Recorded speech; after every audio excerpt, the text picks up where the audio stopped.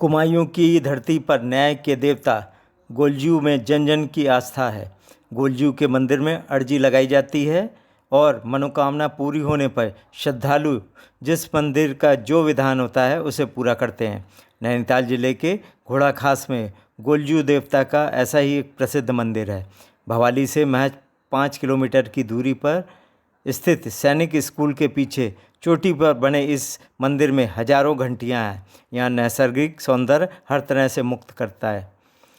घोड़ाखाल मंदिर में श्रद्धालु मंदिर में अपनी अपनी मन्नतें कागज और पत्रों में लिखकर एक स्थान पर टांगते हैं और माना जाता है कि गोलजू देवता उन मन्नतों से ही भक्तों की पुकार सुनते हैं।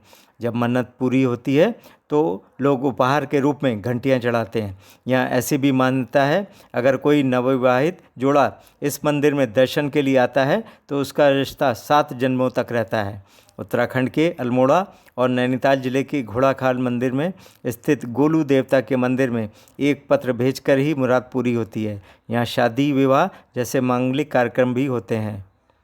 अब आपको गोलू देवता की पूरी कथा बताते हैं। कुमायूं क्षेत्र के चंपावत के कत्यूरी राजा झलराई की 7 रानियां थीं।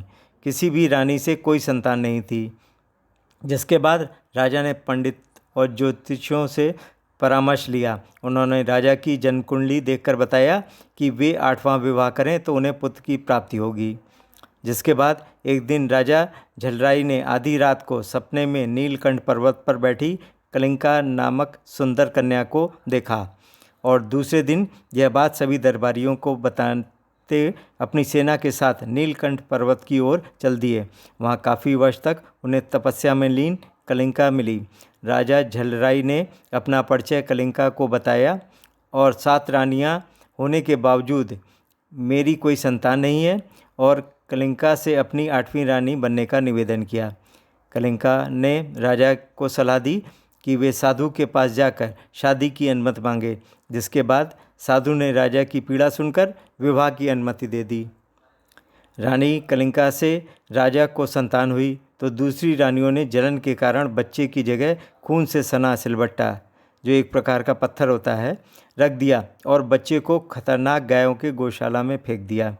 बालक गोलू गायों का दूध पीकर बढ़ने लगा और रानी से कहा कि तेरे गर्भ से ये सिलबट्टा पैदा हुआ है, जिस कारण रानी बहुत दुखी हुई। रानियों ने गौशाला जाकर देखा कि नवजात बालक सुरक्षित है। उन्होंने उसे बिच्छू घास की झाड़ियों में फेंक दिया। जब सारी चाल नाकामयाब रही तो आखिर में उन्होंने एक काठ के संदूक में बच्चे को रखा और काली नदी में फेंक दिया। संदूक 7 दिन तक बहते बहते 8वें दिन गौरी घाट में भाना मछुआरे के जाल में फंस गया। भाना मछुआरे ने संदूक खोलकर देखा तो उसमें हंसता खेलता बालक निकला। मछुआरे की कोई संतान नहीं थी। ऐसे में वो बच्चे को घर ले गया और उसे पालने लगा। बच्चे का नाम गोलू रखा। गोलू ने सपने में एक बार अपनी माँ कलिंका और पिता झलराई को देखा और उन्हें सारी बात बता दी। यह भी कहा कि वे उससे मिलना चाहते हैं, वही उसके असली माँ बाप हैं। गोलू ने अपने बाप से घोड़ा मांगा। भाना ने एक लकड़ी काठ का घोड़ा बनाकर दे दिया। वो काठ के घोड़े पर घूमने लगा। एक बार वो अपने घोड़े को पानी पिलाने उस जगह ले गया जहाँ वे 7 रानियाँ नहाने के लिए आती थीं। रानियों ने उसके घोड़े को पानी न पीने दिया। उन्होंने कहा कि काठ का घोड़ा पानी कैसे पी सकता है। गोलू ने उत्तर दिया कि जब एक औरत सिलबट्टे को जन्म दे सकती है तो काठ का घोड़ा कैसे पानी नहीं पी सकता। रानियों की यह बात सुनकर भयभीत हो गई। यह बात राजा के कानों तक पहुंची तो उन्होंने गोलू को बुलाया और अपनी बात सिद्ध करने को कहा। गोलू ने अपनी माता कलिंका के साथ हुए अत्याचारों की सारी कहानी सुनाई। राजा ने उसी समय गोलू को अपना पुत्र स्वीकार किया और 7 रानियों को प्राणदंड दे दिया। हालांकि न्याय के देवता गोलू ने उन्हें क्षमादान देने की अपील की।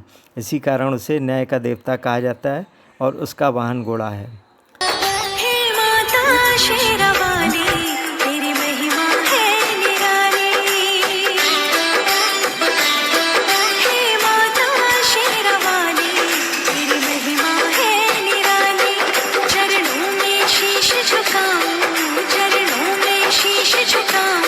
तेरी भक्ति में